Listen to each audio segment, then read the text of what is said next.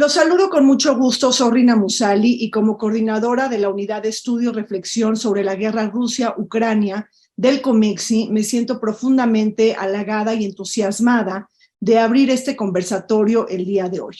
Les doy la más cordial bienvenida a todas las personas que están acompañándonos en este webinario organizado por Bruno Valvanera, quien coordina uno de los grupos de trabajo dentro de nuestra unidad a propósito de estudiar los impactos de la guerra en la sociedad mexicana.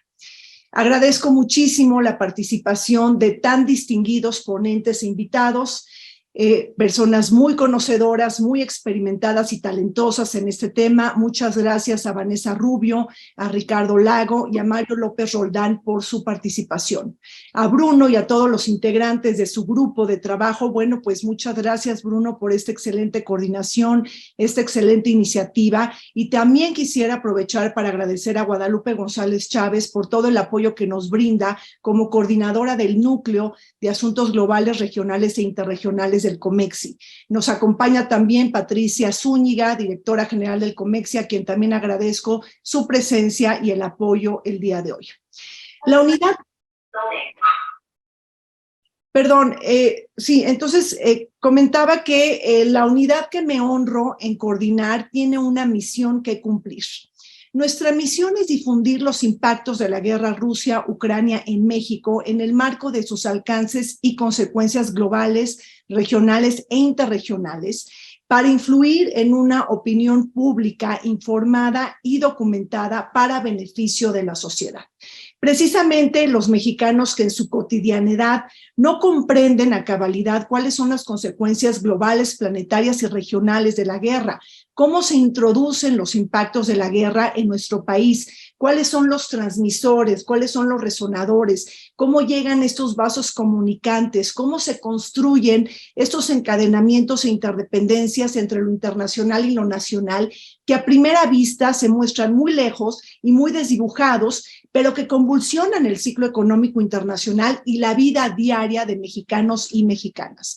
Por ello, trazar la ruta y desmadejar las consecuencias de la guerra, por supuesto que es una tarea clave, pero no solamente se trata de desmadejar, sino de comunicar a todas y a todos los mexicanos por qué nos afecta la guerra, y con ello abonar a la construcción de una opinión pública informada y documentada que llame la atención a los formuladores de las políticas públicas en México para que anticipen riesgos, para que blinden, es decir, para que blindemos las vulnerabilidades, las contengamos, para que también se detecten oportunidades cuando estamos atestiguando pues el momento más delicado desde el fin de la Segunda Guerra Mundial. Pero entonces, ¿cuáles son las consecuencias de este shock bélico internacional para nuestras exportaciones, inversiones y remesas? ¿Cómo nos afecta esta guerra como consumidores? ¿Por qué estamos sufriendo de una escalada de precios en los insumos básicos? ¿Cómo afecta la guerra al mercado energético mexicano? ¿Cómo podemos sacar provecho de este desorden planetario y blindarnos de los vectores negativos de la guerra? ¿Ya somos los mexicanos más pobres después de la guerra? ¿Cómo estamos cumpliendo con nuestra Agenda 2030? ¿Cómo complica la guerra el ciclo económico mexicano y también la política del desarrollo? Entonces, de eso se trata nuestro webinario del día de hoy, de hacer visibles los impactos económicos de la guerra, exhibirlos, ponerlos de frente y analizar, bueno, tanto los impactos directos como indirectos y también los impactos en un corto, mediano y largo plazo. Todo esto de un conflicto abarcativo que a todas luces nos convulsiona a todos y que a nadie deja fuera. Y de esta manera me parece que podemos contribuir a desalentar la cultura provinciana y ombliguera que sostenemos frente al mundo. Estoy segura que este conversatorio nos va a dejar lecciones y aprendizajes importantes. Vamos a poder tejer perspectivas, imaginar escenarios y también anticipar políticas públicas que nos permitan amortiguar el descalabro de esta guerra cuando ya cumplimos más de 260 días de esta tragedia. Ahora me permito cederle la palabra a nuestro moderador, Bruno Valvanera, Bruno, hay que decirlo, es miembro del consejo directivo de Liberty Bank en Georgia y ha destacado por su trabajo en el Banco Europeo de Reconstrucción y Desarrollo, en Bancomext, en Nacional Financiera, y cuenta con una experiencia de 35 años en diferentes bancos de desarrollo. Además, es miembro de nuestra unidad de estudio, reflexión del COMEXI sobre la guerra Rusia-Ucrania. Gracias, Bruno, y bueno, pues te cedo la palabra. Muchas gracias, Rina, por tu liderazgo y por darnos el entusiasmo de organizar este webinario. Muchas gracias a Comexi y, por supuesto, muchas gracias a nuestros participantes y presentadores. Simplemente para agregar un poco sobre de mí, efectivamente, 35 años de banca de desarrollo, 5 en NAFIN, 5 en Bancomext, y luego 25 en el EBRD, donde tuve el honor de estar, bueno, primero en Londres, pero también basado en San Petersburgo, en Moscú, en Tbilisi, Georgia, y en Astana, Kazajistán. Y durante 15 años tuve la oportunidad de dirigir las operaciones del banco en prácticamente todos los países de la ex-URSS, a excepción de los Bálticos y Ucrania, que Ucrania, sea como sea, lo conozco bien, pero también de haber vivido ahí. Y es un poco con esa visión que con mucho entusiasmo participo en el COMEXI como miembro asociado. Ahora soy miembro del consejo directivo de 2 bancos, el de Georgia, Liberty Bank, pero también uno en Uzbekistán, y me mantengo pues muy informado y muy cerca de esta zona. Quisiera presentar a nuestros 3 distinguidos presentadores. Creo que ellos mismos todos ustedes los conocen muy bien. Empezaré por Vanessa Rubio Márquez. Como saben, fue subsecretaria en 3 carteras diferentes, en Relaciones Exteriores, en Desarrollo Social y en la Secretaría de Hacienda y Crédito Público, donde fue la primera mujer en ocupar ese importante cargo.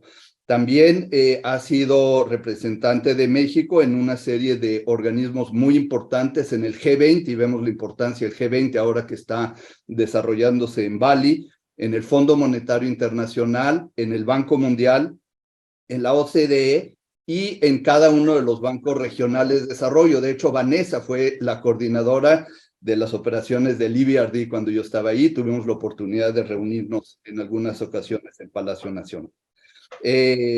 Ha negociado acuerdos bilaterales, multilaterales de diferente índole, y fue senadora de la República también.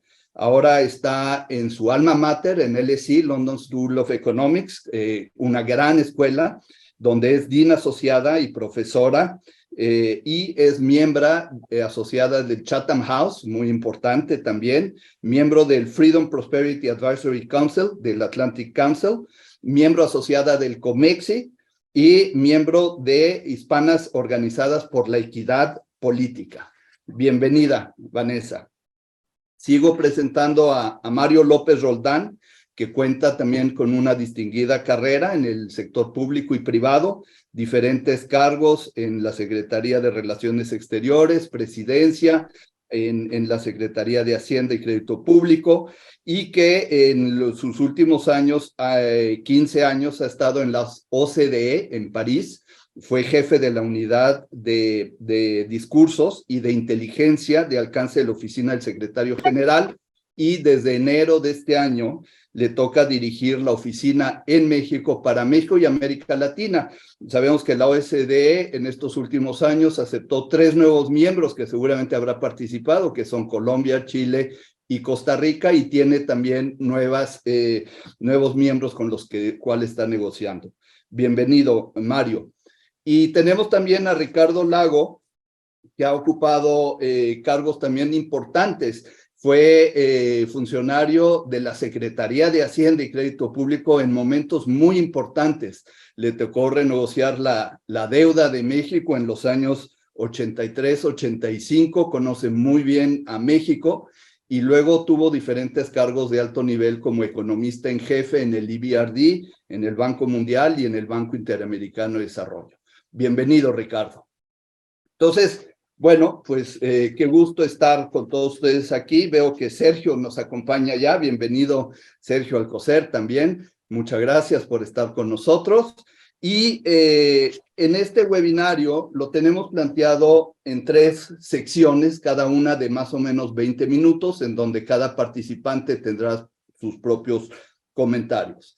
El primer subtema es cómo llegamos a la guerra Ucrania-Rusia después de 2 años de COVID, que fue un shock económico mundial.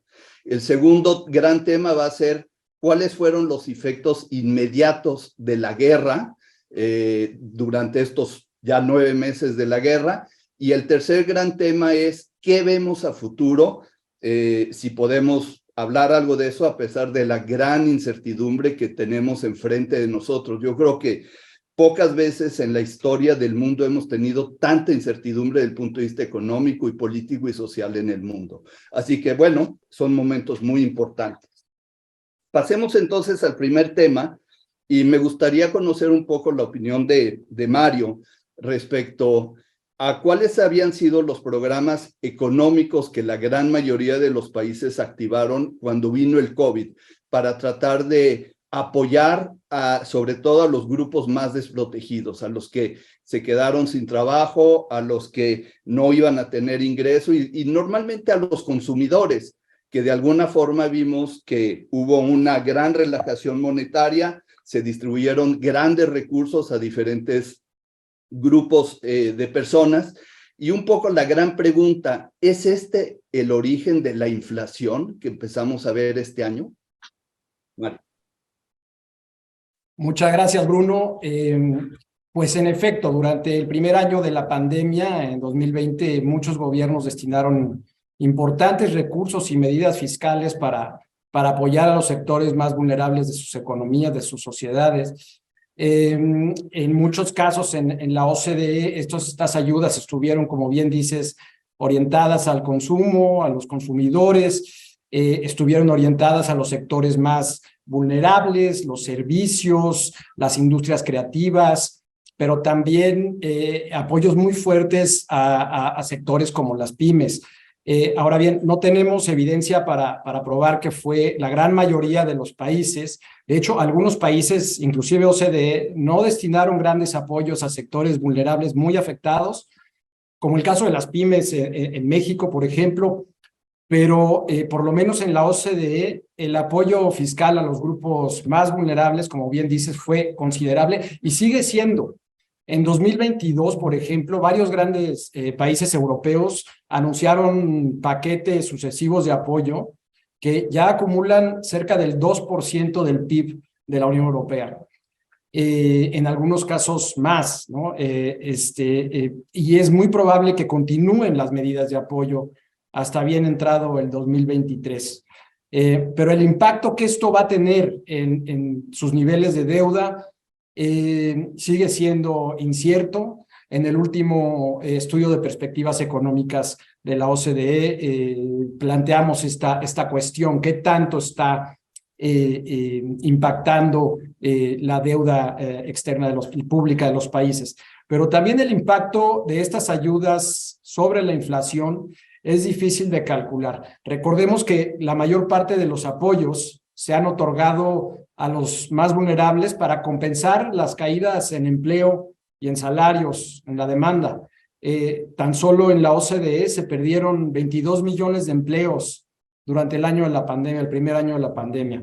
Y en el mundo se estima que se perdieron 114 millones de empleos. Entonces, esta pérdida de capacidad de consumo, esta pérdida en la demanda, la compensaron muchas de estas ayudas. Por eso también es difícil estimar qué tanto impacto hay en la inflación.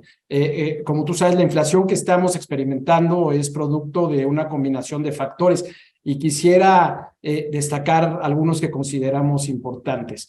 Primero, antes de la guerra, recuerdo las perspectivas económicas de la OCDE que presentamos a fines de 2021, ya percibíamos disrupciones importantes de los precios en mercados claves como la energía, los alimentos y algunas materias primas a causa de la contracción de la oferta durante la pandemia. La disrupción de las cadenas globales de valor por causa de las medidas que se tomaron para confrontar la pandemia, pero también por causa de la enorme precaución que se tuvo en algunos sectores en el comercio internacional. En 2020, la verdad, fue más pronunciada de lo que nosotros esperábamos y sigue siendo más fuerte de lo que estimábamos. La recuperación y la reactivación de la demanda, entonces se toparon con cuellos de botella muy importantes en las cadenas de producción y abastecimiento. Y esto pues ha presionado mucho los precios, porque al aumentar la demanda en una oferta comprimida, hay precios, hay sectores que se han visto muy afectados. Y no solamente la energía y los alimentos, ya tenemos evidencia de que se trata de una inflación que ha derramado hacia una serie de sectores muy importantes para los consumidores. Después vino el impacto de la guerra en los precios internacionales de la energía, y el derrame de estas presiones inflacionarias hacia otros sectores también ha sido muy fuerte. La reducción progresiva, por ejemplo, de los flujos de gas de Rusia a Europa este año ha obligado a las economías europeas a comprar más gas natural licuado en los mercados al contado, elevando los precios del gas natural y con ello los precios mayoristas de la electricidad en Europa, muy vinculados al gas.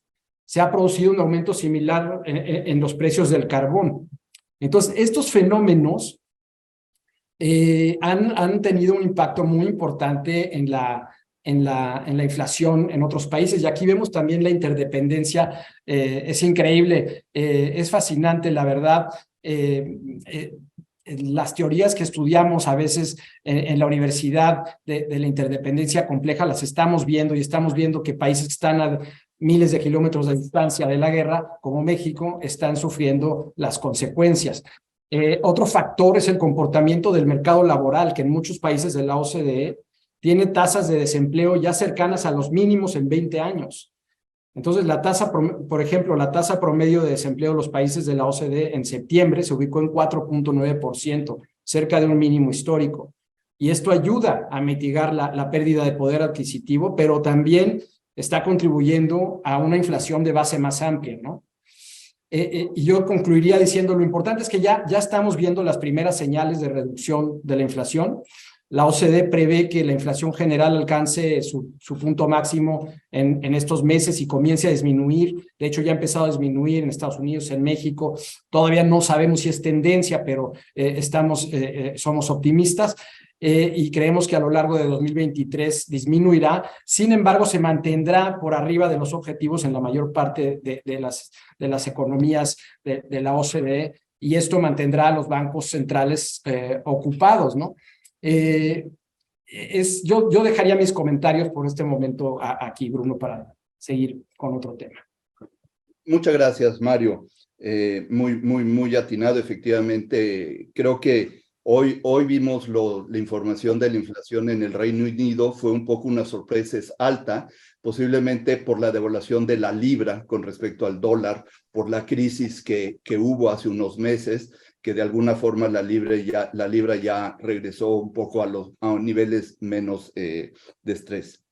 Vanessa, ¿cómo ves tú la situación de México económica entrando al COVID? México fue uno de los países en donde estos apoyos a los que me refería yo y Mario comentó fueron un poco a lo mejor menos agresivos o menos abiertos, en particular a las pymes. Esto generó una serie de preguntas. ¿Cómo calificas la situación económica de México a principios de año? Claro que sí, Bruno, muchas gracias. Y de nuevo, gracias al Comexi, a Sergio, desde luego, a Patti, a Rina, y me da muchísimo gusto compartir este espacio con Mario y con Ricardo. Yo creo que yo sería un poco más drástica en el comentario. México no dio apoyos fiscales. O sea, tienes a dos outliers, tienes a dos países que estuvieron muy lejos de las medias en el mundo, en América Latina en particular.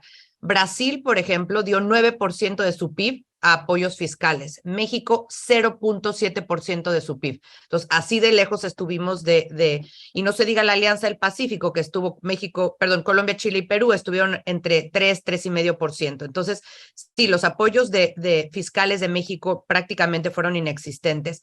¿Y qué efectos tuvo esto? Pues que la economía cayó más de lo que debió de haber caído, que evidentemente hubieron más muertes en el país, ¿no? Este tema de las muertes excesivas fue mucho más marcado, pero por el otro lado, pues tuviste finanzas públicas y tenemos finanzas públicas más sanas hoy por hoy. Hay como que es una mezcla delicada de equilibrios de política pública, hablando de temas pues de vida, de salud, de economía y por el otro lado de finanzas públicas. Hoy México es uno de los países que tiene menor proporción de deuda respecto del PIB vis-a-vis otros países. Eso es cierto, resultado de esta falta de apoyos fiscales, pero también eso tuvo costos. Entonces, en ese contexto es que hay que evaluarse. A mí me gustaría hacer comentarios a 3 vías en este sentido. Uno sobre crecimiento económico, otro sobre pobreza y otro sobre los fondos de estabilización. El tema de crecimiento, ¿cómo estaba México en términos de crecimiento antes de que llegara la guerra, la invasión de Rusia a Ucrania? Pues México estaba con un crecimiento bastante débil, ¿no? Existía esta crítica, además muy sustentada, hacia el 2018, que México no estaba creciendo de acuerdo a potencial. Eso es cierto. México, siendo la 15ª economía del mundo, estaba creciendo 2.3% promedio en los últimos años. Eso estaba lejos de nuestro potencial. Ahora, el tema es que lejos de mejorar, estamos en niveles hoy negativos de crecimiento. Promedio aritmético de los últimos 3 años es absolutamente negativo. En el 2019 crecimos sin COVID, menos 0.2. En el 2020 con COVID, menos 8.1. En el 2021 crecimos 4.8 y se celebraba este crecimiento de 4.8, nada más que aguas. No es crecimiento, es recuperación después de que caíste 8.1. Entonces, si uno hace el promedio aritmético de esos 3 años, 19, 20 y 21, estamos en negativo 3.5%. Pensando en que se vaya a crecer este año de acuerdo a criterios generales de política económica y al paquete económico que se presentó, demos por bueno que vamos a crecer 2.4%, seguimos en negativo 1.1%, y si le agregamos la expectativa de crecimiento económico del Fondo Monetario Internacional de 2023, que está entre 1.1 y 1.2, pues básicamente estamos en 0. Entonces, resultado a 2023, el crecimiento sería 0 de estos 4 años. Entonces, ¿cómo estaba México? Pues estaba mal, porque no tenemos elementos, no tenemos sustentos, no tenemos, digamos, las políticas públicas que estén incentivando el crecimiento económico, y creo que este es uno de los problemas fundamentales de México. Entonces, nos agarra mal parados, volviendo a tu pregunta, Bruno, la guerra respecto al crecimiento económico del país. Después, yo diría, en términos de pobreza, pobreza también nos agarró mal parados, porque si uno ve el resultado de Coneval, ¿no? Una institución técnica autónoma, independiente, hicieron la evaluación 2020 de la pobreza y resultó que tenemos 1.5 millones más de pobres extremos, 3.8 millones más de pobres. Entonces, al final del día, nos agarra con una serie de vulnerabilidades, y hablando de lo que señalaba Mario, tenemos estos choques adicionales en el costo de vida, tenemos estos choques adicionales en la inflación, sobre todo muy marcadamente inflación de alimentos. Entonces, esto lo que te hace es deteriorar la calidad de vida de las personas y desde luego originar mucho más pobreza extrema y pobreza en nuestro país. Entonces, creo que ese es otro elemento importante a considerar, porque nos agarra mal parados desde esa perspectiva. Y por último, quisiera señalar algo respecto de los fondos de estabilización. Esto tiene que ver con mi primer punto, que era el de crecimiento económico. No le hemos atinado a las expectativas de crecimiento económico en 2019, ni 2020, ni 2021. Yo creo que 2022 vamos a estar más cerca. Pero un poco para el público, tanto experto como no experto en los temas económicos y financieros y de finanzas públicas en particular, si uno calcula, como se calculó, que en 2019 íbamos a crecer 2.5%, y toda tu planeación económica la haces pensando que vas a crecer 2.5% y lo que acabas creciendo es negativo 0.2%, tus ingresos no se te materializan. Entonces, como no se te materializan tus ingresos, pues tienes que buscar recursos para poder financiar al gobierno, para poder financiar programas, además de hacer recortes significativos. ¿Y qué pasó aquí? Pues cuando tienes choques de ingreso, lo que se acude es a utilizar los fondos de estabilización de ingresos presupuestarios y los fondos de estabilización de entidades federativas para entonces recoger esos fondos y poderlos utilizar en gasto público. Esto se hizo antes del COVID. Entonces, antes del COVID ya se había gastado 40% del Fondo de Estabilización de Ingresos Presupuestarios y 50% del Fondo de Estabilización de Entidades Federativas. Fueron fondos que se crearon en 2000, un poco estos colchones para cuando tuviéramos un choque muy fuerte de ingresos presupuestarios. En el 2000 esos fondos se iniciaron con 17,000 millones de pesos. En el 2018, para que vean orden de magnitud, se dejaron esos fondos en 280,000 millones de pesos y se utilizaron, reitero, sin COVID, 50% y ya con COVID, pues prácticamente todos. Entonces, también nos agarra con una mayor debilidad en esos colchones, en esos fondos de estabilización, el impacto de la guerra de Ucrania, la invasión rusa en Ucrania. Y esto un poco lo que nos deja, además del gasto de todos los fondos de emergencia y de los fideicomisos, que también se recogieron la gran mayoría de ellos, pues nos deja un poco con una capita muy ligera para poder tener fondos para cuando se necesite, para cuando hayan choques en los ingresos, ¿no? Y para poder equilibrar el presupuesto. Y bueno, ya no le entro a lo siguiente porque sé que lo vamos a tocar en el siguiente punto, pero evidentemente esta falta de esos colchones lo que hace es que tus finanzas públicas todavía en la parte macro se vean muy bien, pero ante cualquier choque futuro, pues estás menos abrigado, digamos, para poderlo enfrentar. Entonces yo diría, así es como nos agarra parados la invasión de Rusia en Ucrania, con problemas de falta de crecimiento, con problemas en que hemos hecho planeación pensando en que íbamos a crecer más y lo que se ha materializado ha sido un crecimiento muy menor. 2019, 2020 y 2021, nos agarra con mayor incidencia de pobreza en el país de manera significativa y nos agarra con ya habiendo hecho una utilización importante de los fondos de estabilización. Gracias, Vanessa. Muy interesante. Al contrario, gracias. Bueno, mira, entonces vamos a pasar ahora con Ricardo para un poco una visión un poco más global, mundial. Llevamos 15, 20 años de tasas bajas, de crecimiento sostenido.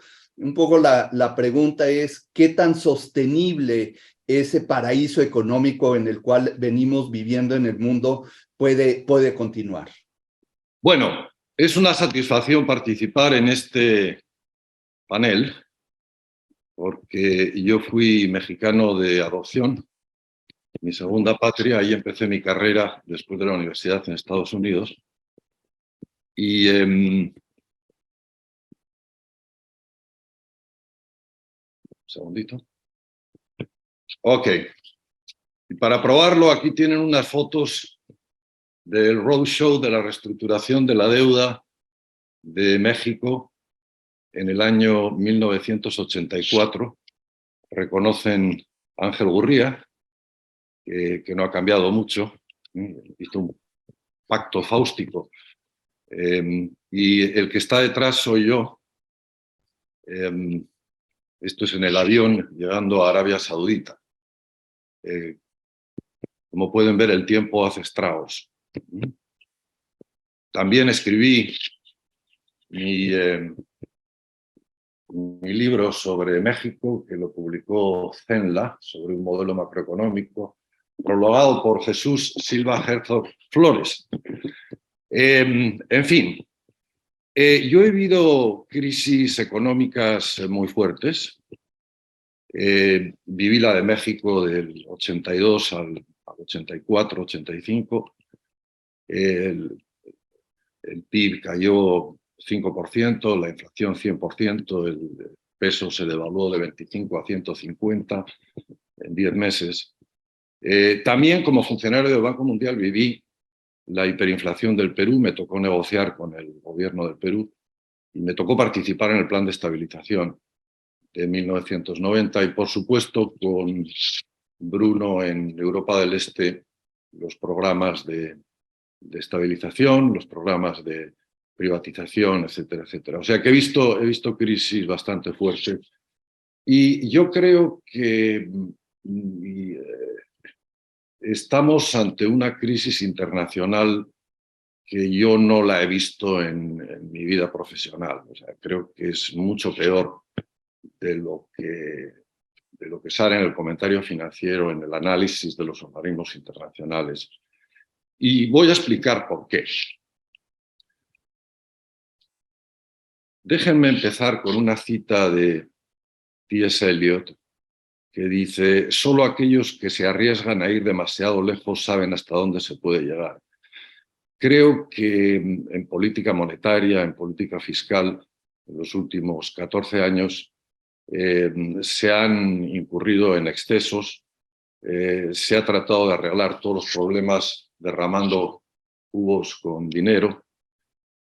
Sin duda, durante el COVID era algo necesario, quizás fue excesivo, pero era necesario porque había que mantener la economía, el sistema financiero a flote, que las familias pudieran seguir alimentándose y pudieran hacer los pagos de la electricidad, de las tarjetas de crédito, etcétera, etcétera.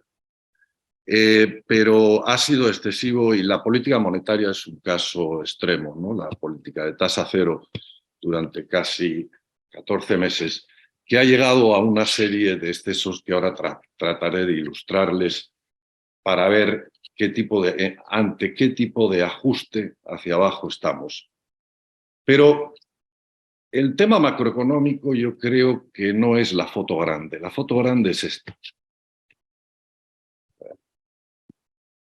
Se hace una comparación de la situación actual con los 70.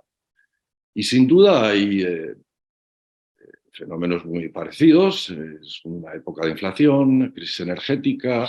Recuerden que en los 70 la OPEP multiplicó por 8 el precio del petróleo. Hubo la guerra del Yom Kippur, que dio lugar a la crisis energética. Quebró el sistema de tipos de cambio fijo de Bretton Woods, se devaluó el dólar contra el oro, que era el pilar de Bretton Woods. Hubo problemas políticos en Estados Unidos, la renuncia de Nixon, etc.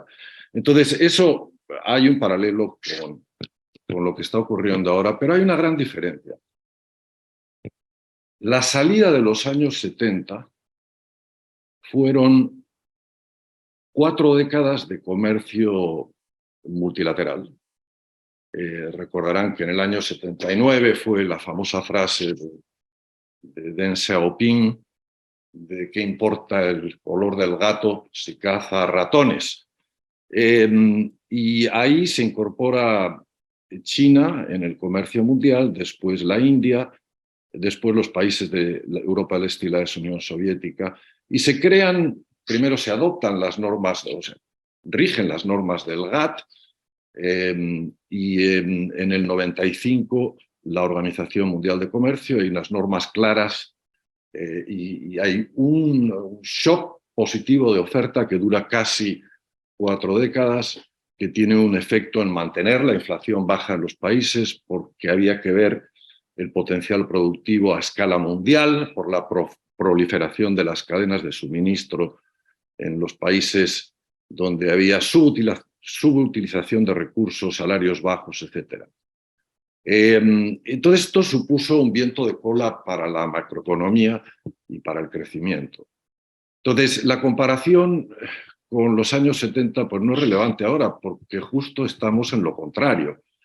Estamos pasando de ese multilateralismo al proteccionismo y al bilateralismo. Estamos ante un shock de oferta negativo y continuado. Se está hablando de la repatriación de las cadenas de suministro. Imagínense, yo he hecho el estudio de 2 sectores en Estados Unidos, el textil y el de las bicicletas. En 1990 había 1 millón de trabajadores en la industria de ropa aquí en Estados Unidos, ahora solo hay 100.000. Claro, se han ido a Bangladesh, a la India, etcétera, donde era más eficiente y más barato producir. Y lo mismo las bicicletas. En el año 90 se producían 5 millones de bicicletas en Estados Unidos, el año pasado 500.000. Entonces, ¿se imaginan repatriar esas cadenas de suministros y tener que pagar 10 o 15 dólares la hora al trabajador textil cuando en Bangladesh son 25 centavos de dólares la hora? O bicicletas chinas a 100 dólares a bicicletas producidas en Detroit o en Oregón a entre 500 y 1.000 dólares la bicicleta. Entonces, eso es un shock de oferta y eso tiene un efecto en los precios, tiene un efecto en el precio-calidad. Esa inflación de oferta o de costos no se cura con medidas restrictivas de la demanda, porque es algo que es una restricción de oferta.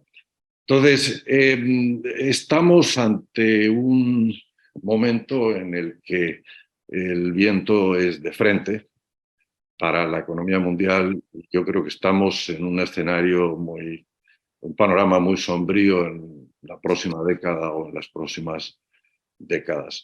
Déjenme que ilustre el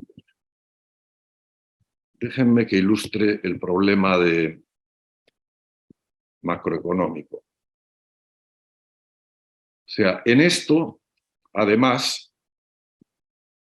tenemos el siguiente problema, y estoy eligiendo esta gráfica para ilustrarlo, que es de Estados Unidos, pero no crean que cambia mucho de país a país, o si hiciéramos el análisis para la Unión Europea sería parecido.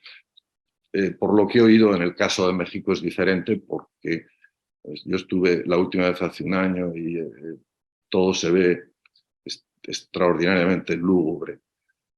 ¿Qué es lo que Bruno hablaba de la sobrevaluación de activos, las burbujas a las que han llevado estas políticas de tasa de interés cero durante tanto tiempo?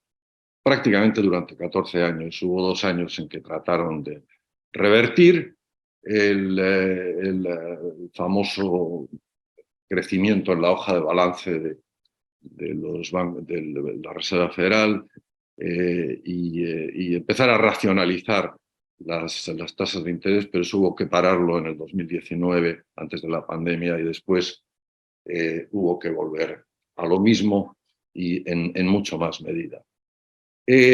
A ver, la gráfica que les estoy mostrando es la riqueza neta de los consumidores en Estados Unidos. Cuando uno ve Bloomberg en la televisión o CNBC, habla, no, es que bueno, los consumidores tienen una hoja de balance muy sólida, muy fuerte.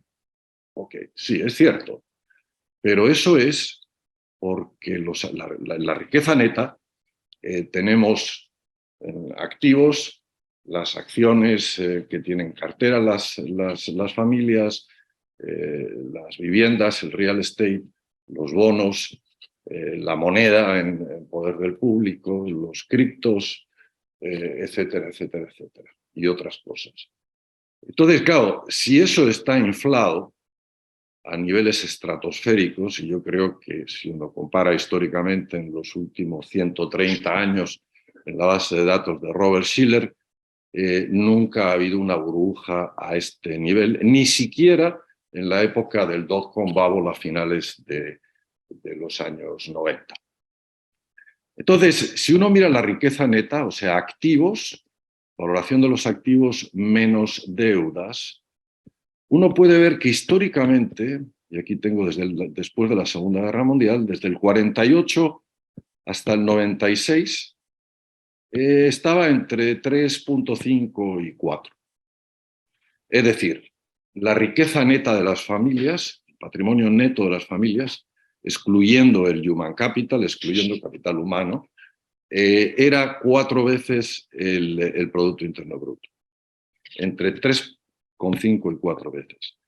Esto sin duda aumenta en la época de exuberancia irracional y llega a 4,4 veces. Llega la crisis del dot-com bubble, el crash del dot-com bubble, y hay un ajuste que dura 3 años. Ahí empieza a correr la burbuja inmobiliaria, después los subprimes, las hipotecas basuras, y se separa de ese, sube por encima de ese 4, llega a 4.9, llega la crisis, la gran crisis financiera del 2008 al 2009, y lo ajusta a 4.2.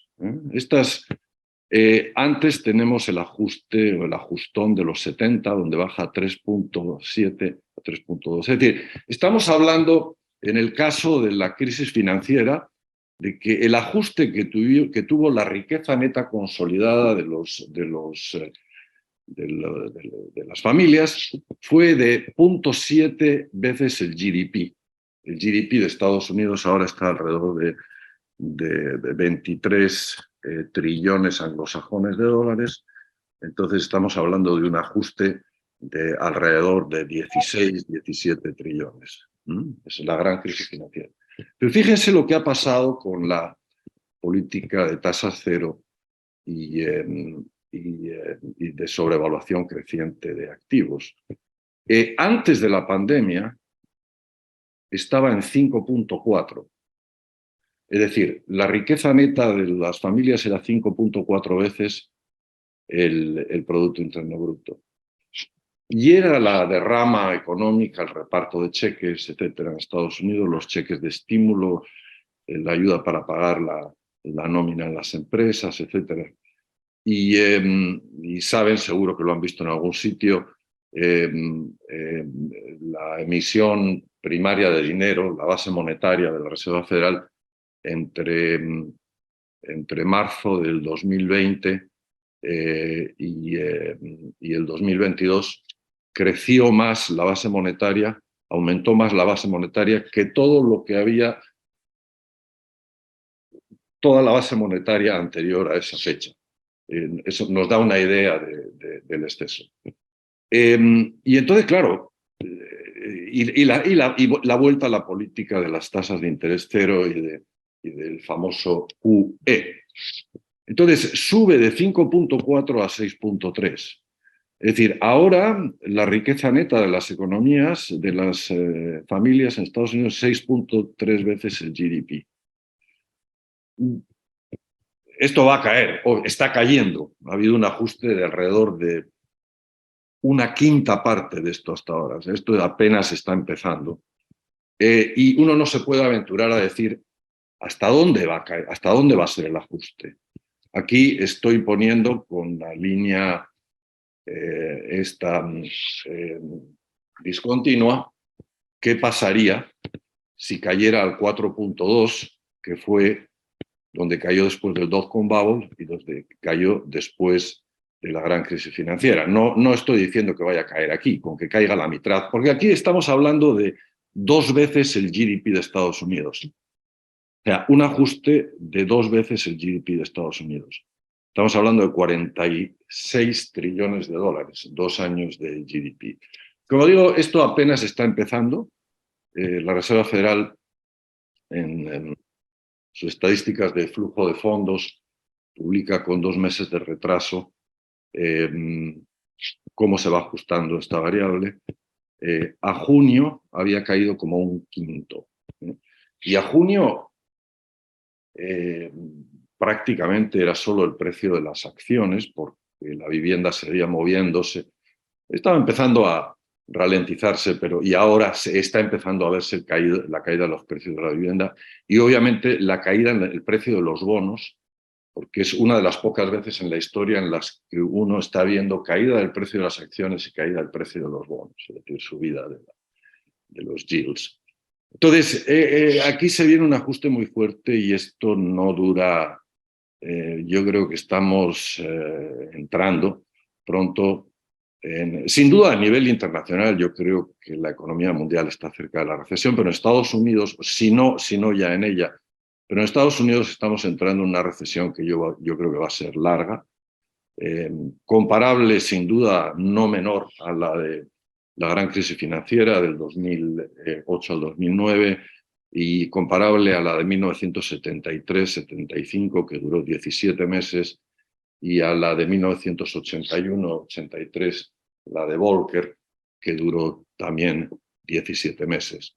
Entonces, yo creo que se ve una recesión de entre año y medio y 2 años y va a ser una recesión fuerte porque este nivel esta hoja de balance de las familias, esta sobrevaluación de activos completamente artificial, no tiene que ver nada con el contexto.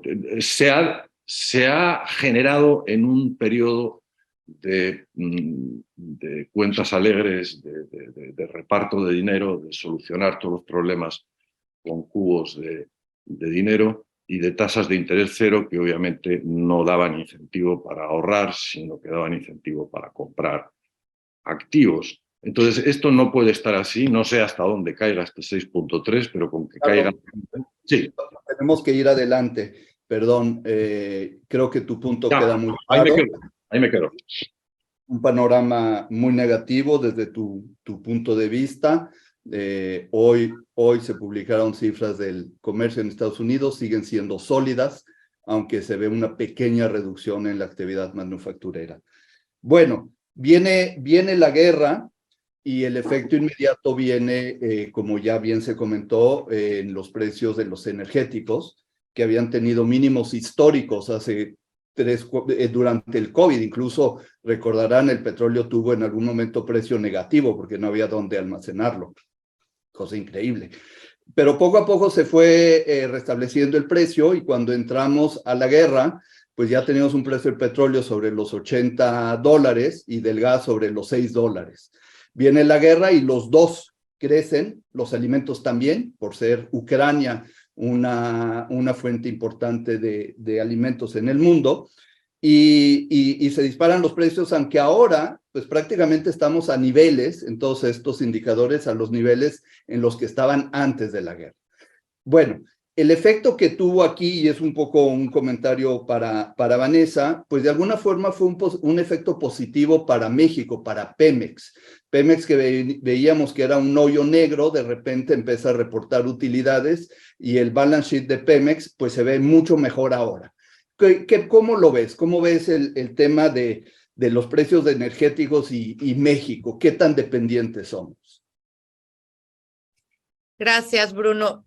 Bueno, yo creo que Pemex sigue siendo un hoyo negro y yo creo que esto merece un análisis de mucha complejidad, porque es cierto, el hecho de que suban los precios del petróleo, pues te ayuda con los ingresos de Pemex y te ayuda sobre todo con tus ingresos tributarios, la parte de finanzas públicas.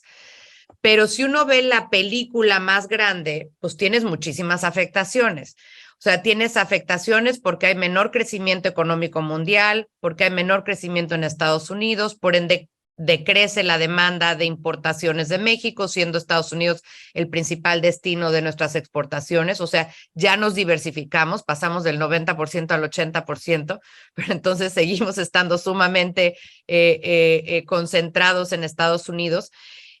También, desde luego, nos pega por el lado de mayores tasas de interés, nos pega por el lado de mayor costo de la deuda, incluido Pemex, desde luego no solo el soberano, sino también Pemex, nos pega por condiciones financieras más difíciles, nos pega por la mayor inflación, que esto le pega a las familias mexicanas, sobre todo por la parte de la inflación de los alimentos, le pega a las empresas. Entonces, si uno hace el análisis holístico y mucho más integral, yo creo que no es tan claro que esto tenga beneficios netos. Yo creo que lo que tiene son, al contrario, efectos negativos netos para la economía de México, para el desarrollo de México, para el crecimiento de México. Mi problema aquí con el tema de políticas públicas es que nuestras políticas públicas no pueden seguir siendo de suerte o de vuelito, ¿no? Y estar esperando y cruzando los dedos cada vez que ojalá suban los precios del petróleo, que ojalá se recupere Estados Unidos. O sea, al final del día lo que tendríamos que estar haciendo es cómo en todo este entorno de altísima incertidumbre, de altísima volatilidad, tú generas anclas. Y tus anclas es lo que sí puedes controlar. No controlas el precio de la molécula, no controlas el precio internacional del petróleo, no controlas el crecimiento de la economía global, no controlas el crecimiento de Estados Unidos. ¿Qué sí controlas? Tu política pública. Controlas el dar certidumbre a la inversión. controlas el invertir en proyectos de infraestructura que verdaderamente sean detonadores del crecimiento económico a nivel local y a nivel nacional, que sean financieramente viables en el futuro. Y yo creo que ahí es donde está el verdadero reto para la economía mexicana y para las políticas públicas mexicanas. Es cierto que al final del día los precios del petróleo más altos sorprenden a Pemex de manera positiva, pero Pemex no es algo que debería de estar basado en a ver cómo nos toca el precio de la molécula a nivel internacional, sino cómo haces una reestructura, una reformulación de el plan de negocios de Pemex hacia adelante, cómo generas espacios para mayor inversión privada, para innovación, para mejores prácticas, para rendición de cuentas, para transparencia, desde luego combate a la corrupción. Entonces, lo que tendrías que estar pensando más bien, para no depender de las variables que no controlas y estar, ahora sí que te digo, de vuelito o cruzando los dedos a ver si se te hace que suba o baje el precio de la molécula, agarrarte de las anclas que tú sí controlas y eso tiene que ver, reitero, con hacer políticas públicas en el país que detonen el crecimiento, que permitan tener fortalezas institucionales y que detonen también el desarrollo. Y esto pasa por una reestructuración de Pemex muy profunda, de la cultura de Pemex, del negocio de Pemex y de cómo generas espacios de inversión que no existen en el sector público. Aquí también hace falta entender que los empleos no los genera el sector público, los empleos los genera el sector privado, los empleos no los genera Pemex, los empleos no los genera los militares, los empleos los genera el sector privado. Tú como sector público lo que tienes es que generar un ambiente de certidumbre, los incentivos para que se desarrolle el sector privado, haya crecimiento económico, haya generación de empleos y con eso tengas un círculo virtuoso. Entonces, creo que me parece un poco peligroso pensar en que nos beneficiamos así nada más del alza de los precios internacionales, cuando, reitero, en el neto me parece que perdemos por todo lo que ya señalé. Y en el fondo lo que tendríamos que estar pensando es cómo hacer adecuada política pública para fomentar el crecimiento de mediano y largo plazo. ¿Cómo visualizamos México en el 2030 en términos de energías, en términos de inversión privada, en términos de infraestructura energética, en lo que tiene que ver con almacenamiento, con transmisión, con priorización de las energías limpias? O sea, esos son los verdaderos retos de política pública y no estar poniendo changuitos a ver si sube o baja la molécula. Entonces, creo que eso es lo que me gustaría enfatizar. Y bueno, pues seguimos con un Pemex que lejos de resolver su situación estructural, pues está otra vez a la expectativa de este tipo de variables que no controlamos. Se tuvo un récord de la deuda de Pemex en 2020, 113,000 millones de dólares. Es el, como le llaman, fallen angel o ángel caído más grande del mundo, ¿no? Con varios downgrades ya en la calificación. Y por el otro lado es cierto, ya se ha reducido algo esta deuda para el día de hoy, ya no está en los 113,000, sino en 106,000, pero de todas maneras estamos hablando de que en el primer semestre de este año el gobierno le ha inyectado más de 2,000 millones de dólares al saneamiento de Pemex. Entonces, reiterando lo que decías al principio, yo creo que Pemex sigue siendo ese hoyo negro porque no se ha resuelto de manera estructural. Y no es que estuviera Pemex bien antes, o sea, otra vez reitero, aquí hay crítica al pasado. O sea, había enormes problemas con Pemex que se tenían que solucionar, pero lo que se necesita es un plan. Ese plan hacia futuro para darle sustentabilidad fiscal y para que deje de ser un lastre a las finanzas públicas del país, para que genere una energía que permita productividad, que permita competitividad, que detone el desarrollo de México. Eso yo creo que en la ecuación de políticas públicas es lo que nos está faltando. Gracias, Vanessa. Retomo un poco tu palabra clave, plan, ¿no? Y un poco la pregunta para Mario. En México vemos una inflación alta, posiblemente un poco más alta que en otros países, a pesar de la lejanía con el área de conflicto. Hablabas ya también un poco de las diferentes variables que hay en la inflación en México. ¿Cómo ves el tema de la inflación en México y cuál es el plan que existe para tratar de reducirla?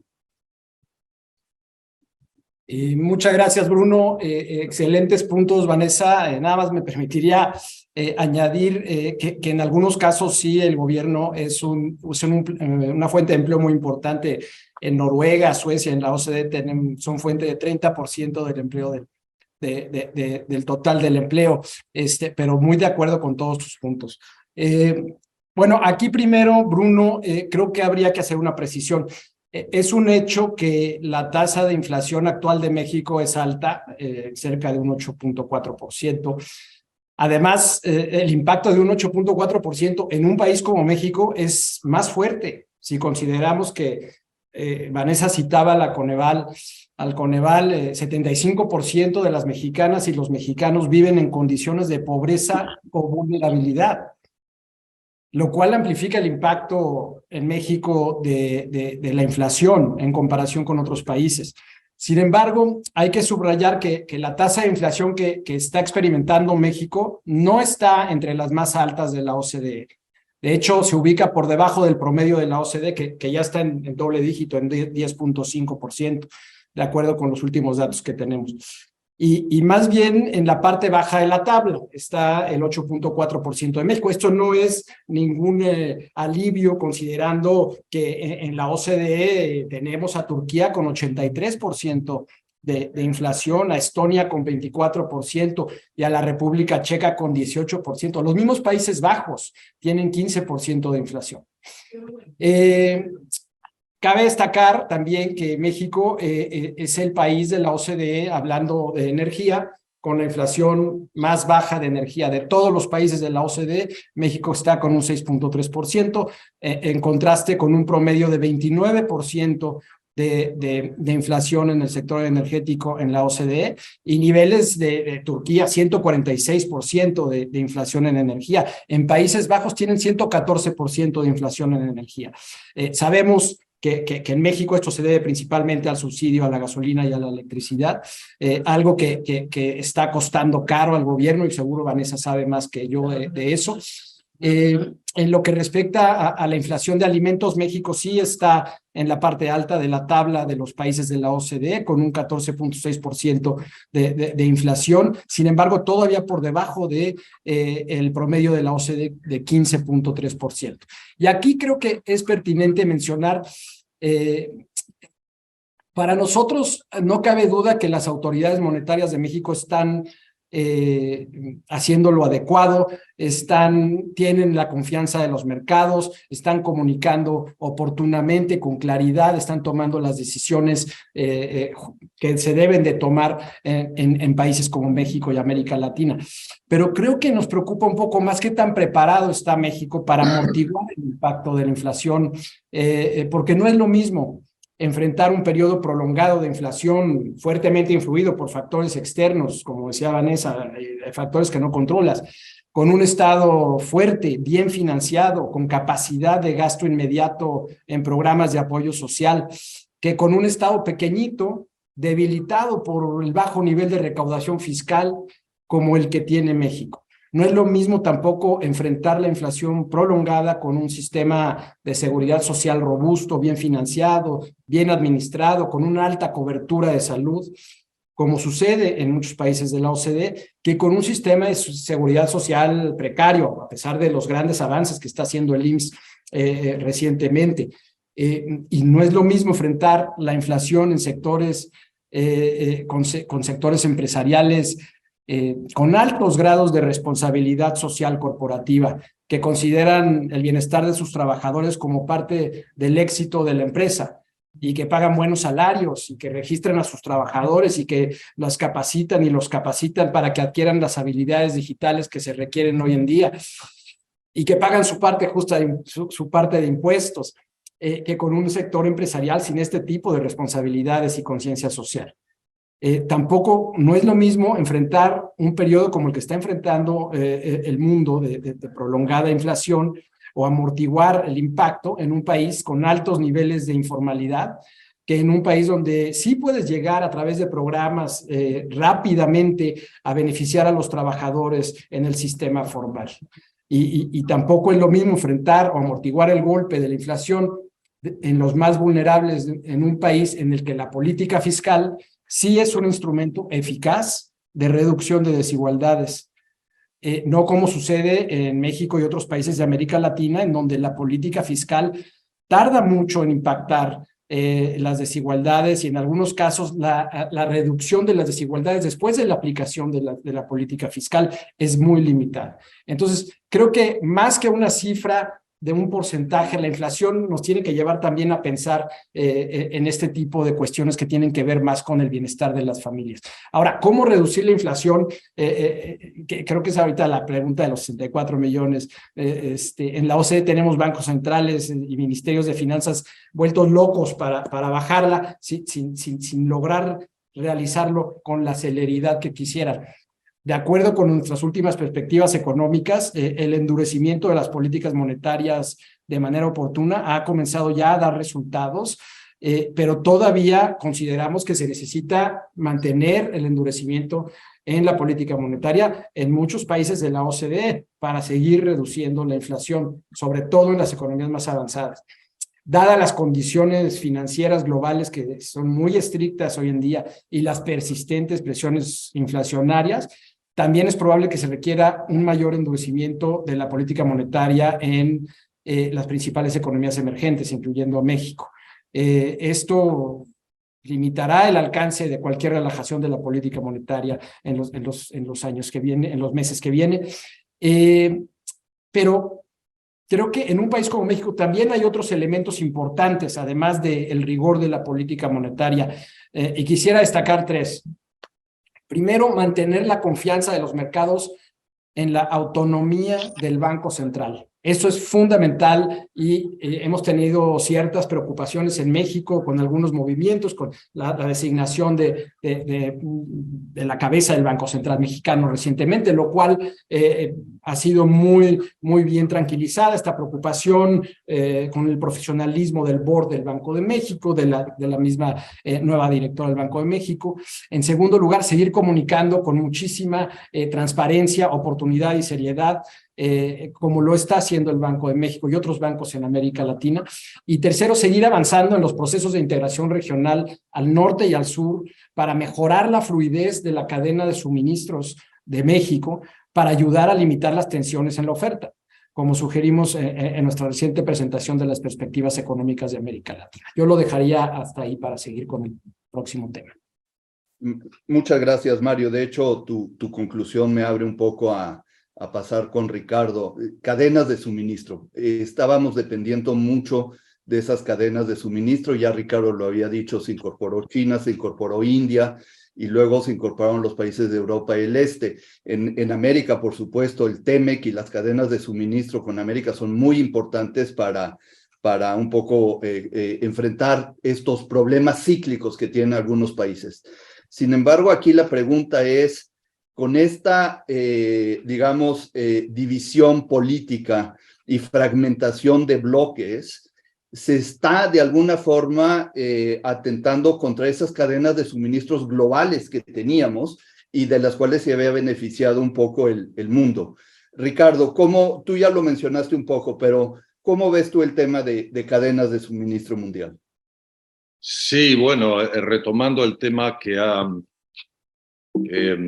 planteado Mario, a ver, ¿cuál es el problema? El problema es que la Organización Mundial de Comercio está alicaída, ya no se respetan las reglas del juego. Si un país para una importación en la frontera, pues prácticamente no hay recurso, hay un recurso muy limitado. Si un país impone aranceles compensatorios a una importación de otro país, tampoco se puede hacer mucho. La semana pasada leía que Estados Unidos le había puesto un impuesto de una arancel del 40% a los champiñones enlatados de España.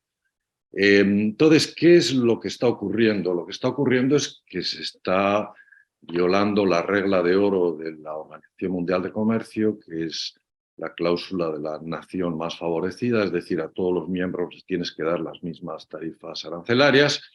Eso lo rompió por lo grande Trump en el 2018 subiendo los aranceles a los productos de importación china del 6,8 al 21%,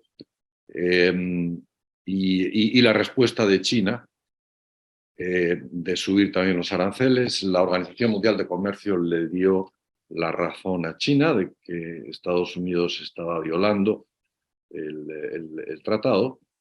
Y curiosamente, Estados Unidos fue el promotor del GATT en 1948 y después el principal promotor también de la Organización Mundial de Comercio. Entonces, ¿qué es lo que...? Además, la Organización Mundial de Comercio ya no tiene un sistema de apelación. Cuando hay un conflicto en una importación entre dos países, hay un esquema de resolución de conflicto, y si ahí no se ve la solución, entonces se pasaba a un tribunal de apelación, que ahora no está funcionando porque la renovación de los jueces Estados Unidos no ha querido apoyar, y entonces no ha querido apoyar el nombramiento de nuevos jueces, y entonces eso no está funcionando. O sea, las cadenas de suministro dependen de esto, de que haya reglas en el comercio internacional y que esas reglas se respeten, y si no se respetan, poder recurrir al organismo para que se pongan en vigor.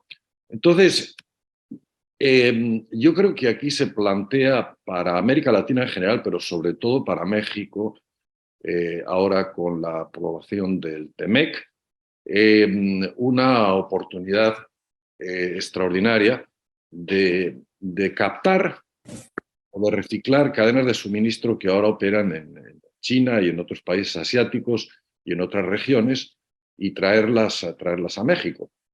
Pero claro, el gobierno actual de México no pierde oportunidad para alejarse cada vez más de la Casa Blanca y acercarse cada vez más al Kremlin en lo que respecta a la posición en cuanto a la invasión de Ucrania y también de otros temas, ¿no? Parece que la relación con el gobierno anterior de Estados Unidos de Trump era empática, sorprendentemente, y ahora es una relación cada vez más distante.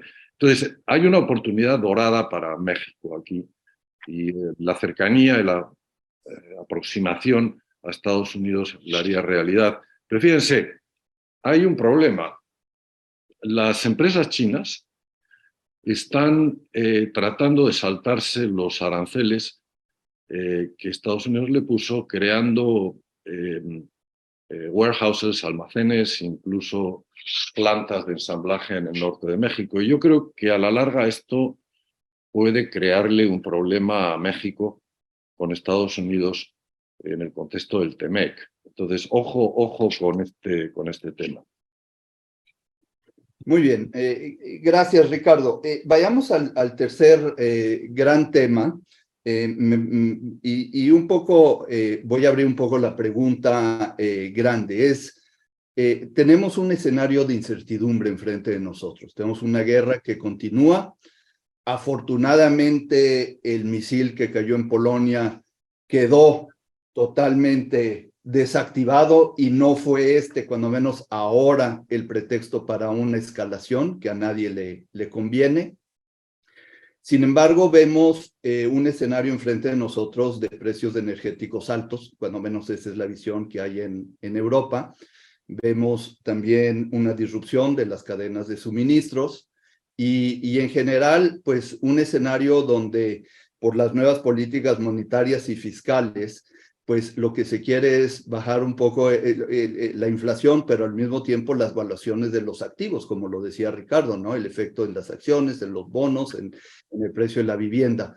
Todo esto de alguna forma va a afectar al mundo, pero en México, ¿cómo vemos a futuro? En primer lugar, ¿qué vemos? Y esta sería una pregunta para Mario. ¿Cómo ves? ¿Cuáles son las fortalezas y cuáles son las debilidades que vemos a futuro en estos 2 años que le queda a la administración? Esta sería una pregunta para Mario. Gracias, Bruno. Bueno, primero, la prolongación de la guerra y, como tú bien dices, hay un alto grado de incertidumbre y de riesgos al alza. Puede seguir afectando a la economía mexicana en los últimos 2 años de esta administración a través de varios canales. Primero, por el encarecimiento de los precios de los combustibles, que si bien México se beneficia por una parte, como comentaba bien Vanessa, también necesita e importa bastante para energetizar su economía, para propulsar su economía. En segundo lugar, a través de la persistente derrama de la inflación internacional hacia otros sectores claves como alimentos, servicios, transporte, en un país en donde tanta gente vive en pobreza y vulnerabilidad. Esto es muy preocupante. Y tercero, el freno que las tasas que se van a tener que seguir aplicando, las tasas de interés, a través de políticas monetarias endurecidas en México, pero también en Estados Unidos, le pegan también a la posibilidad de crecimiento y de dinamismo económico de México a través, como le han mencionado, de las exportaciones, pero también de las remesas. La OCDE acaba de revisar a la baja, de hecho, sus proyecciones de crecimiento para México para 2023 a un 1.5%. Entre los factores coyunturales que estamos visualizando, destaca una desaceleración más acentuada en Estados Unidos de lo que esperábamos, y esto, pues, como saben, impacta directamente la economía mexicana. En segundo lugar, la persistente desconfianza entre inversionistas en México y los niveles bajos, una atonía en la inversión pública, en la inversión privada, perdón, y una discapacidad de inversión pública, también por política pública, pero también por los bajos niveles de recaudación que continúa habiendo en México. En tercer lugar, por supuesto, el impacto de las medidas para reducir la inflación. Y cuarto, los persistentes cuellos de botellas de las cadenas de suministro todavía afectadas por la pandemia y las decisiones de cero COVID de política pública en China. Un impacto importante para México de la guerra en Ucrania, que creo que debemos de destacar, es la notable vulnerabilidad energética de los países que han retrasado sus esfuerzos de transición energética, como México, hacia energías renovables, o que los han desacelerado. Más aún para los países que están apostando fuerte a las energías sucias, al carbón, al petróleo, al combustóleo. La guerra ha expuesto el peligro de seguir basando el desarrollo de una nación en los combustibles fósiles. Y esperamos desde la OCDE que México tenga una sensibilidad cada vez mayor a esta vulnerabilidad, a este alto riesgo, para que pueda acelerar sus esfuerzos de transición energética.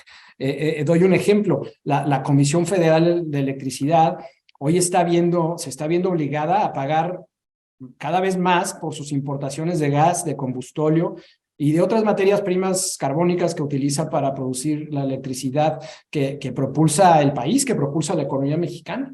Hoy el precio al que se compra el gas natural oscila entre 7 y 10 dólares el gigajoule. En 2021 se pagaba a 2.5 dólares. Esto es muy riesgoso y probablemente insostenible. Entonces,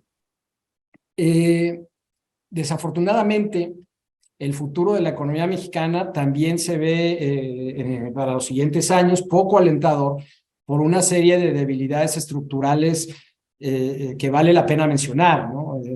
Altos niveles de pobreza y desigualdad, que son un ancla para el crecimiento, altos niveles de informalidad, altos niveles de corrupción, altos niveles de inseguridad pública, y esta es una preocupación creciente para la OCDE, bajos niveles de recaudación fiscal, bajos niveles de competencia económica en sectores clave. Estamos muy preocupados por el nivel de competencia del sector bancario mexicano, bajos niveles de productividad, bajos niveles de educación y ahora más después de la pandemia todavía no tenemos un diagnóstico de cómo le ha pegado al conocimiento de nuestros niños y niñas la pandemia, y bajos niveles de conectividad y conocimiento digital en comparación con otros países de la OCDE. Entonces estas debilidades pues van a seguir limitando la capacidad de crecimiento incluyente y de progreso económico de México en los próximos años. Desde luego que hay fortalezas también que hay que destacar: una política macroeconómica responsable, una política fiscal prudente, un tipo de cambio flexible, que eso antes nos llevaba a constantes crisis financieras, acceso sin grandes dificultades a los mercados internacionales de capitales, también por la responsabilidad con la que se ha conducido la política macroeconómica, un sistema financiero estable y robusto, la verdad, y una fuerte integración con Estados Unidos, que sigue siendo uno de nuestras grandes ventajas comparativas. Pero y desde la OCDE todavía no vemos que haya las condiciones adecuadas para que México se convierta en una plataforma sólida de exportaciones de productos europeos, de empresas europeas, empresas asiáticas hacia Estados Unidos, por una razón principal: las conexiones logísticas con otros continentes son todavía caras y no muy, digamos, diversificadas. Esto dificulta a las empresas europeas a considerar a México en el offshoring, en el nearshoring, como una plataforma de entrada a Estados Unidos, aprovechando el libre comercio. Así que no se ve muy alentador para los próximos años el panorama económico de México si no se considera un plan de reformas estructurales sincronizadas, secuenciadas en una serie de sectores que son claves para enfrentar los desafíos estructurales. Gracias, Mario. Un panorama muy complicado para el mundo y para México en particular. Le preguntaré un poco a Vanessa, ¿dónde ves tú oportunidades para México? ¿Qué oportunidades tiene? Escuchamos en Europa precios de energéticos altos, algunas empresas pensando instalarse en México, donde posiblemente piensan acceder a precios energéticos más bajos, subsidiados por el gobierno, como ya comentó Mario, con un gran costo al cargo del erario. Pero de alguna forma esto puede ser una oportunidad para atraer inversiones europeas a México. ¿Dónde ves oportunidades?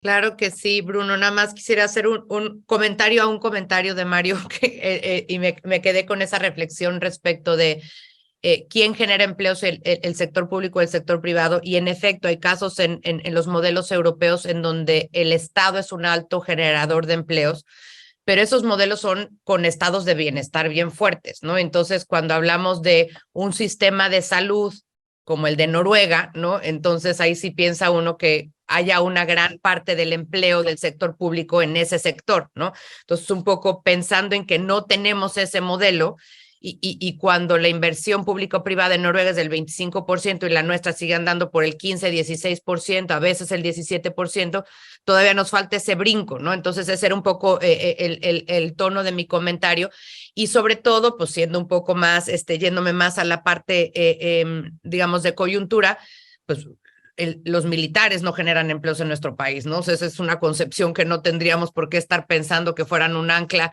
de la generación de empleos en México. Pero bueno, ese nada más como un comentario al margen. Yo creo que la oportunidad que tiene México, pues realmente tenemos un modelo de desarrollo basado en la integración de México en el mundo. O sea, el 78% de nuestro Producto Interno Bruto depende del comercio exterior. En los 90 México decidió cambiar su modelo de desarrollo. Ingresamos a la OCDE en el 94. Fuimos el primer país que ingresó a la OCDE después de 20 años que esa organización había estado cerrada. Firmamos el Acuerdo de Libre Comercio. Hoy México tiene acceso a 50 países, a 50 mercados con acuerdos de libre comercio. Entonces, cambiamos nuestro modelo de desarrollo. Antes nuestras exportaciones eran 90% energéticos, principalmente petróleo, ahora son manufacturas. Entonces ya cambiamos y hay que reconocer que eso lo que nos tiene es completamente integrados a las cadenas globales de valor, pero fundamentalmente a las cadenas regionales de valor en América del Norte. Entonces, ahora sí, yo hablaba del vuelito. el vuelito lo traemos y casi que ni aunque nos hagamos para un lado, de todas maneras ahí vamos a estar en el nearshoring y en el friendshoring y en el ally-shoring, y ahorita ya vemos todos estos datos para conseguir contenedores en la frontera norte, pues se espera uno con 2 años y hasta 2 años y medio, pues porque es una realidad, estamos integrados a Estados Unidos y comerciamos 1.4 millones de dólares por segundo. Somos el principal socio comercial o el segundo de Estados Unidos, dependiendo de cómo se mida trimestre a trimestre. Somos uno de los 5 principales socios comerciales de 35 estados de los 50 estados de la Unión Americana. Entonces, esa es nuestra realidad, ahí estamos. Entonces, yo creo que lo que tendríamos que hacer es aprovechar esa modelo de desarrollo, aprovechar esa integración que también ya destacaba también muy claramente Ricardo. Y yo creo que lo que tendríamos que generar, vuelvo a la palabra que he repetido varias veces, es certidumbre. Si tú le preguntas, y yo aquí en el Reino Unido, que es donde estoy basada, te reúnes con empresarios de distintos sectores, te reúnes con los empresarios que te dicen, debo de invertir o no en México, ¿qué me recomiendas? Pues al final del día es que tenemos que convertirnos en un socio seguro. Y ese socio seguro parte de generar credibilidad, de generar la certidumbre que te da saber que hay un marco legal sobre energías limpias y que si tú hiciste inversiones hace 5 años pensando en que ibas a tener un modelo de negocios basado en los próximos 20, pues no te cambiaron a la mitad las reglas del juego, ¿no? Y que si hiciste una inversión en infraestructura, pues no te cancelaron el proyecto. Y que si hiciste una inversión en el sector de bebidas, pues no te cancelaron o te pidieron que cambiaras la fábrica del norte al sureste, ¿no? Entonces, al final del día creo que la certidumbre es el elemento fundamental para poder garantizar que en México sigan fluyendo inversiones que, reitero, de todas maneras van a fluir porque estamos integrados, porque somos competitivos en el sector energético, pero en el sector industrial, pero en el sector de manufactura, pero en el sector aeroespacial. O sea, hemos sido bastante efectivos en esa diversificación de nuestra, digamos, matriz económica. Pero creo que la palabra clave es certidumbre para poder darle al país motores de crecimiento económico.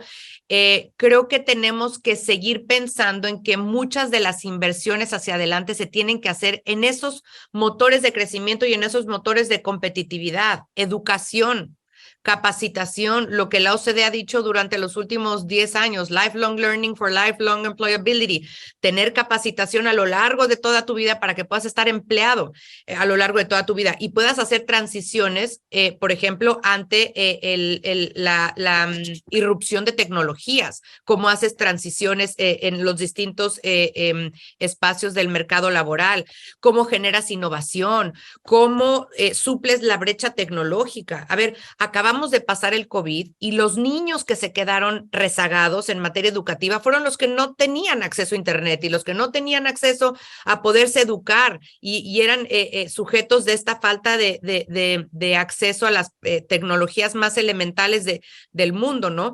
Inversiones en infraestructura prioritaria, pero verdaderamente prioritaria y detonadora del desarrollo, ¿no? Entonces, creo que eso es en lo que nos tendríamos que estar enfocando como país. Ahí está nuestro modelo, ahí está nuestra integración con América del Norte. Quieren seguir invirtiendo en nuestro país, nada más hay que generar los espacios de competitividad por un lado y de certidumbre creo que por el otro que es muy importante. El Reino Unido está pensando que su primer acuerdo de libre comercio post-Brexit en América Latina sea con México. Y pues ese es el tipo de procesos que tenemos que aprovechar para poder encontrar más inversión, más diversificación en sectores particulares como el fintech, como el financiero en general, acuerdos de nueva generación, ¿no? Que generen, reitero, esta reducción de la brecha tecnológica y otros elementos de competitividad para la economía mexicana. Y volvería yo con un tema que tiene que ver con el crecimiento económico. Si uno lee los documentos ahora de las reuniones anuales del Fondo Monetario, del Banco Mundial, si uno lee el documento último del overview de la OCDE, pero también el del Banco Interamericano de Desarrollo, en general lo que te dicen es nos preocupa el crecimiento a futuro de México y todas las expectativas de crecimiento se han venido reduciendo para el año que entra. Ahorita nos decía Mario que ellos traen, creo que 1.5 o por ahí. El Fondo Monetario trae 1.2, ¿no? Entonces, pues quiere decir que vamos a estar creciendo menos. Y vuelvo a mis numeritos de la suma aritmética. 2019, menos 0.2. 2020, menos 8.1. 2021 más 4.8, 2022 más 2.4. Y si llegamos a 2023 con el 1.2, el aritmético de todo este tiempo, estos últimos 5 años, es 0. Entonces, y otra vez volviendo a la autocrítica, claro que no debíamos de haber estado creciendo en los últimos años 2.3. Reitero, somos la 15ª economía del mundo, hay 194 países en el mundo, que sí que somos grandotes, somos G20, somos OCDE, pero lo que necesitamos es ver cómo podemos crecer para adelante y no podemos estar creciendo 0, porque aquí en China, pues ahora sí que 0 está cuantipeor que el 2.3, ¿no? Entonces lo que necesitamos pensar es que ni 0 ni 2.3, cómo verdaderamente creamos las condiciones, las reformas, las inversiones, los espacios de confianza, las leyes, las regulaciones, los incentivos, para que entonces realmente podamos generar lo que México necesita para crecer. Y algo que creo que poco abordamos, está el crecimiento a nivel nacional, pero también está muy marcadamente el crecimiento a nivel local. ¿Cuáles son las fuentes de desarrollo y los valores comparativos de las distintas regiones de México, ¿no? Para poder atraer inversión en estas nuevas cadenas globales de valor que no solamente ven lo nacional, sino ven lo subnacional, ¿no? Entonces, dejaría yo mi comentario ahí. Gracias. Gracias, Vanessa. Y una disculpa, Ricardo, ya no tenemos tiempo en este bloque. Tenemos 2 preguntas de la audiencia y le daría a lo mejor a Ricardo la posibilidad de rápidamente contestar primero y luego a Mario y a Vanessa. Las 2 preguntas son, la primera es la siguiente.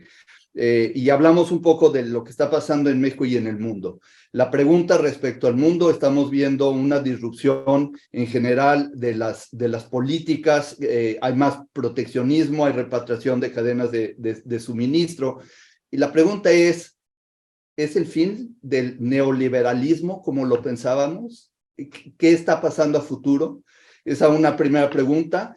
Y la segunda más específica a México, porque bueno, a pesar de que sí hay ciertas fortalezas, sobre todo desde el punto de vista macroeconómico, como ya lo comentó Mario y Vanessa, creo que vemos también una serie de debilidades. Y la pregunta ¿es un sexenio perdido? Así que bueno, les dejo estas 2 preguntas y cerramos a lo mejor 2-3 minutos cada quien. Empezamos con Ricardo. Bueno, lo que está claro es que de un sistema económico mundial integrado y con reglas del juego predecibles y claras, estamos pasando a un sistema económico mundial segmentado. Hay una especie de regreso a un tipo de guerra fría en la geopolítica. China, Rusia y la ambivalencia de China, la ambivalencia de India, estás hablando de 3.000 millones de habitantes de 8.000 millones que tiene el planeta, o sea, más los países satélites. China ha estado haciendo su trabajo en la iniciativa Road and Belt, ¿no?, de carreteras y cinturón, invirtiendo en países de América Latina, de Asia, etc. Entonces, si uno ve el mapa de los países que comerciaban hace 20 años con Estados Unidos como primer socio comercial en azul y en rojo, los que tienen como primer socio comercial China, ese mapa era azul y ahora es un mapa rojo. Entonces es un mundo complicado y eso obviamente va a tener un efecto, como han dicho Mario y Vanessa, en las cadenas de suministro. O sea, necesitas normas de comercio claras para tener cadenas de suministro. No puedes estar a expensas de que te cambien los aranceles, de que te paren la importación, etc. Y creo que ahí se abre una gran oportunidad para México. Y eso requiere, además de la baza migratoria, de ayudar a Estados Unidos en los controles de frontera, en los controles migratorios, que es una baza importante que tiene México. Además de eso, la proximidad en temas de comercio le puede hacer a México receptor, beneficiario, captador de muchas cadenas de suministro que se van a salir de los países asiáticos y de otras zonas del planeta. Entonces, irónicamente, en una situación mundial compleja, mala, panorama sombrío, muchos problemas, crecimiento bajo y inflación, porque digo que eso no lo paran solo los bancos centrales, porque es también de oferta, de costos, podría irle a México bien si jugara esa carta inteligentemente de tratar de repatriar o regionalizar una gran parte de las cadenas de suministro que Estados Unidos estaría quitando en otras zonas del planeta. Gracias, Mario. Sí, gracias, Bruno. Bueno, fin del neoliberalismo. Es muy difícil entender qué significa neoliberalismo. Hay diferentes perspectivas, diferentes teorías. Sin embargo, la evidencia muestra que todavía hay muchos gobiernos, incluyendo el de México, promoviendo políticas económicas de corte neoliberal, de lo que se conoce como corte neoliberal, por lo menos en América Latina. Pero yo creo que es importante, y esto es algo que hicimos en la OCDE, acercarse a las facultades de economía de las principales universidades a nivel mundial. Y ahí todavía, incluyendo las mexicanas, se está enseñando la teoría económica que potenció e inspiró al llamado neoliberalismo. Entonces todavía creo que va a haber para un rato. Sin embargo, es cierto, y ahí yo diría fin del neoliberalismo, sí y no. Sin embargo, hay una creciente crítica, autocrítica, inclusive en organismos internacionales que impulsaron durante mucho tiempo estas políticas como la OCDE, de que las políticas tradicionales, neoclásicas, neoliberales, hagamos que crezca el pie para que después derrame para abajo, no han funcionado. De hecho, han creado enormes desigualdades y han creado también un sistema económico depredatorio del medio ambiente. Entonces, veo una gran oportunidad para nuevas interpretaciones, nuevas teorías y sobre todo cómo transformamos esas teorías en políticas públicas, porque muchos de nuestros tomadores de decisiones se formaron con aquellas otras teorías económicas y es difícil llegar a una crítica. Vamos a contestar también la segunda pregunta. Sí, adelante. Okay. Sí. Es un sexenio perdido, desde luego que no. No, en la OCDE nos cuesta trabajo ver solamente la parte negativa. Han habido importantes decisiones, transformaciones, avances durante este sexenio. Primeramente, el poner el tema de la desigualdad en la mesa, en el centro, en la cúspide de las prioridades de política pública. Ya después podemos discutir si los programas han tenido incidencia, han reducido las desigualdades o no. Pero creemos y nos preocupa mucho en la OCDE el tema de la desigualdad como caldo de cultivo para la inseguridad, el crimen organizado. Ese es un tema también muy importante. ¿Qué impacto, qué peso tiene la economía del crimen organizado en México? Todavía no tenemos datos confiables en ese campo. Entonces, ese tema de poner las desigualdades y la pobreza al frente, que debe de ser la prioridad de cualquier nuevo gobierno en el 2024, creemos nosotros, nos parece fundamental. Mantener la responsabilidad macroeconómica también ha sido muy importante en este gobierno y mejorar también la participación de la mujer en la toma de decisiones. Creo que han habido avances importantes también en esta administración. México es impresionante, es el segundo país después de Finlandia en la OCDE con más mujeres en el Congreso. Ojalá que esto se pueda replicar a otros sectores, sobre todo al sector privado. Pero bueno, no tenemos mucho tiempo, es un temazo, podríamos hablar mucho de lo que se ha hecho bien y se ha hecho mal. Definitivamente muy preocupados por la perspectiva también hacia futuro. Gracias, Mario. Tus comentarios muy en línea con el eslogan de la OCDE, Better Policies for Better Lives, ¿no? Muy bien, gracias. Gracias por el comercial. Vanessa, tus comentarios finales, por favor. Claro que sí, Bruno. Primero empezaría yo con el tema del Estado democrático liberal. Yo creo que es un modelo que se está repensando en el mundo. No es México, es el mundo completo, pensando en qué es ese Estado democrático y liberal, qué ha producido para bien, porque ha producido muchas cosas para bien, pero qué retos tiene y qué limitaciones tuvo en muchos sentidos que se tienen que superar, ¿no? La desigualdad muy marcadamente. Pero bueno, creo que al final del día no es que tengamos que entrar en estos maniqueísmos que nos tienen metidos la polarización. Yo creo que lo que tenemos que entender es que es un modelo que ahí está, es un modelo que es perfectible, es un modelo que hay que hacerle ajustes y cambios para que sirva mejor, para que sirva a todo el mundo y aquí un poco yéndome al eslogan de los Development Goals, que no se deje a nadie atrás, ¿no? Y que se incorpore a todo el mundo en el desarrollo. Pero entonces, lejos de decir lo que no ha funcionado completamente, vamos a tirarlo a la basura. Yo creo que lo que tenemos que decir es cómo lo mejoramos, cómo lo reformulamos, cómo lo repensamos.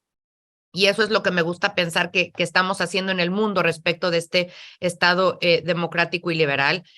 Aquí, haciendo la cita de Churchill y desde Londres la hago además de manera enfática, como decía, la democracia es el peor sistema de gobierno diseñado por el hombre, con excepción de todos los demás, ¿no? Entonces, en el momento que inventemos algo mejor, pues bienvenido, pero eso es lo mejor que tenemos hasta ahorita. Jesús Silva Herzog, en su magnífico libro que les recomiendo a todos, La Casa de la Contradicción, lo que dice es, la democracia es una aspiración, es un ideal, y es por el que siempre estamos trabajando y lo que nos hace en esta dialéctica de la evolución de la humanidad, tratar de ser mejores cada vez, mejores instituciones, mejores políticas, mejores esquemas para poder acercarnos a ese ideal democrático. Yo creo que la globalización está siendo más compleja que nunca. Hay más espacios de globalización en algunos lados, de regionalización en otros, y tienes contracorrientes, ¿no? De muchos más países de repente volteando a ver hacia adentro.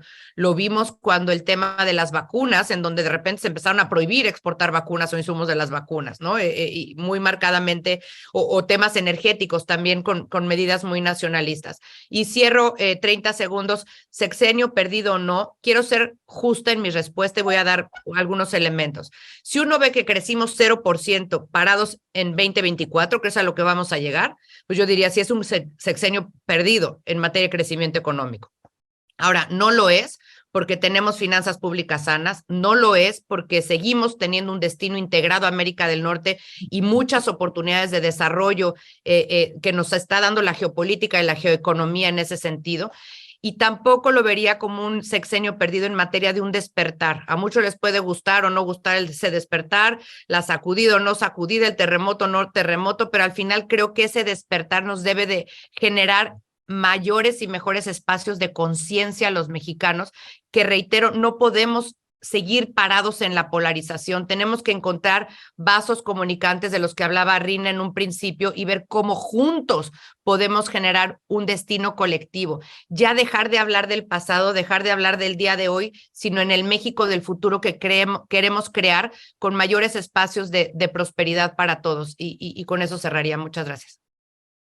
Muchas gracias, Vanessa. Bueno, pues por mi parte agradecerles a todos por sus excelentes comentarios. Creo que ha sido una plática muy rica en muchos temas y le daría la palabra a lo mejor a Rina también para compartir con nosotros.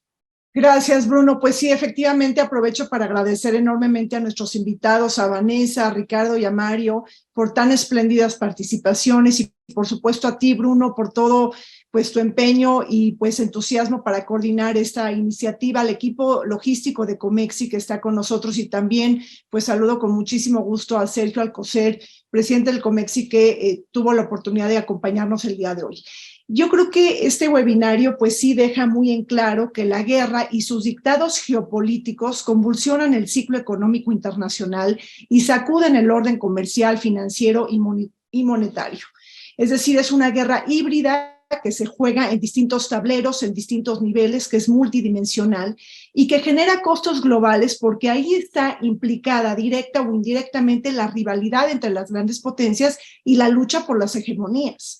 Es decir, estamos palpando un engrudo de intereses nacionales antagónicos y encontrados. Y bueno, la guerra no solamente está mutando, transformando o reforzando alianzas políticas, geopolíticas y regionales, inclusive bilaterales, sino está presionando el desacomodo del orden económico liberal que surgió como que surgió como producto del fin de la Segunda Guerra Mundial, ¿no? Entonces, esto también creo que es importante comentarlo. Yo quisiera agradecer pues a todos ustedes por pues tratar de socializar los efectos de la guerra en México y en el mundo, y bueno, pues tenemos que seguir adelante para tratar de monitorear y darle seguimiento a todos los acontecimientos de la guerra y cómo nos impacta a los países de América Latina y México. Muchas gracias a todos.